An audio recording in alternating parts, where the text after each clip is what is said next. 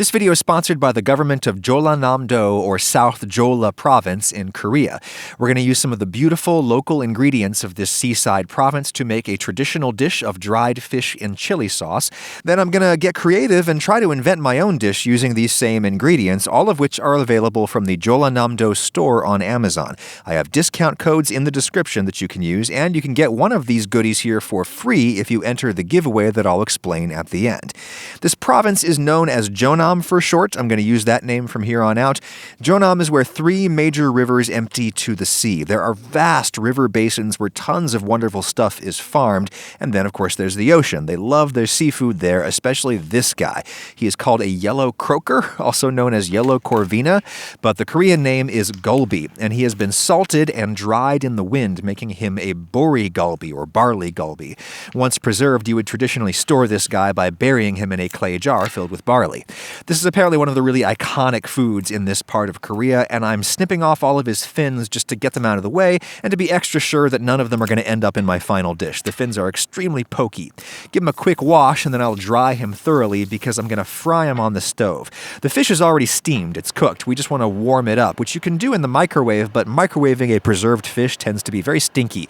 Plus, we can get some beautiful color on the skin if we just cook this in a little oil on a non-stick surface. Medium heat on my stove, and this will take 5 or 6 minutes. Again, just warming it through and getting some nice crispy skin. Yes, I'm doing two because I'm doing two dishes, remember? But the first one is the traditional one. We're going to coat the fish in a chili sauce based on this, Gochujang, Korean red chili paste. A couple tablespoons of that in a big mixing bowl. Maybe half a tablespoon of this chili powder. It's not super hot. I minced up one garlic clove and I'll put that in. It's going to be raw, so be careful how much you put in. This is traditional Korean dark soy sauce, aged at least 5 years. Very intense, only half a tablespoon of that. This is an extract of Korean green plums called maeshil, traditionally regarded as having medicinal properties. It's just a great sour syrup, starting with a tablespoon, although I might add more later. Here's this beautiful gift box of toasted oils. The dark one is sesame oil, really intense nutty flavor. Just a teaspoon of that, and I'll mix it all up. I want a slightly looser texture than that, I think, so I'm going to put in more of that green plum syrup. The sweetness will also balance the heat and the saltiness of the fish, which has now cooled down to the point where I can handle it and debone it. Take off the head to start with. First thing I'm doing is using my scissors to gently pull out this line of bone along the dorsal side of the fish.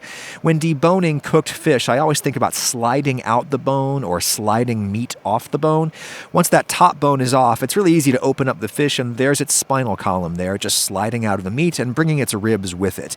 You're still going to see some little pin bones in there, but that's okay because the next thing we're going to do is just pull apart all the meat into little bite-sized shreds, and in the process we can run our fingers through everything and any remaining bones will present themselves.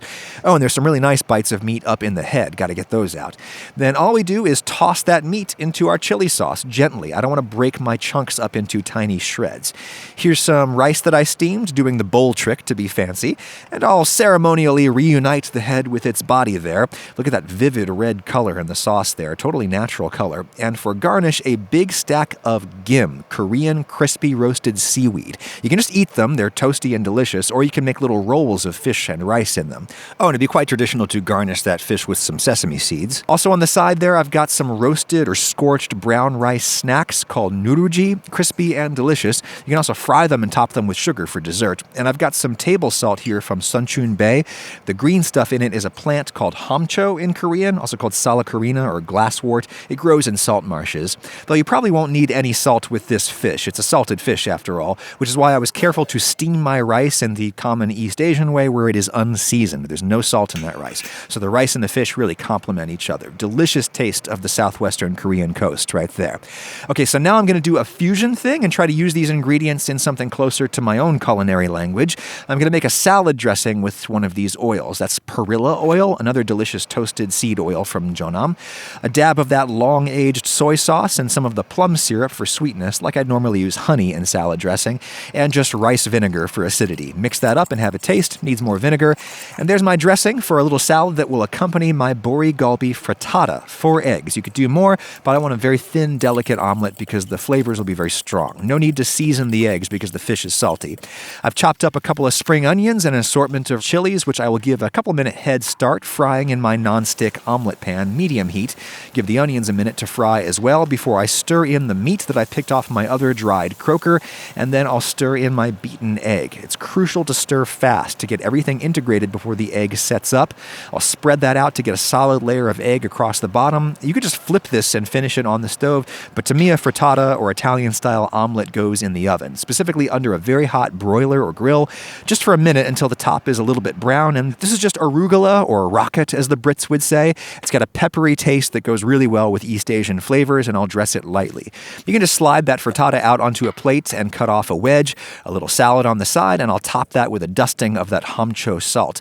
Thanks to the Jeollanam-do Trade Office for sponsoring this video and for sharing your beautiful local products with me. Again, check these out at the Amazon link in the description. Down there you'll also find my discount codes. Do us both a favor and use those. And 30 of you in the US can win a big box of this, Gim, 18 packs, a delicious roasted seaweed snack. Again, if you're in the States, you can enter that drawing with the Instagram link and instructions that are in the description. It's open until December 11th of this year, 2020. Get you some Jeonnam delights.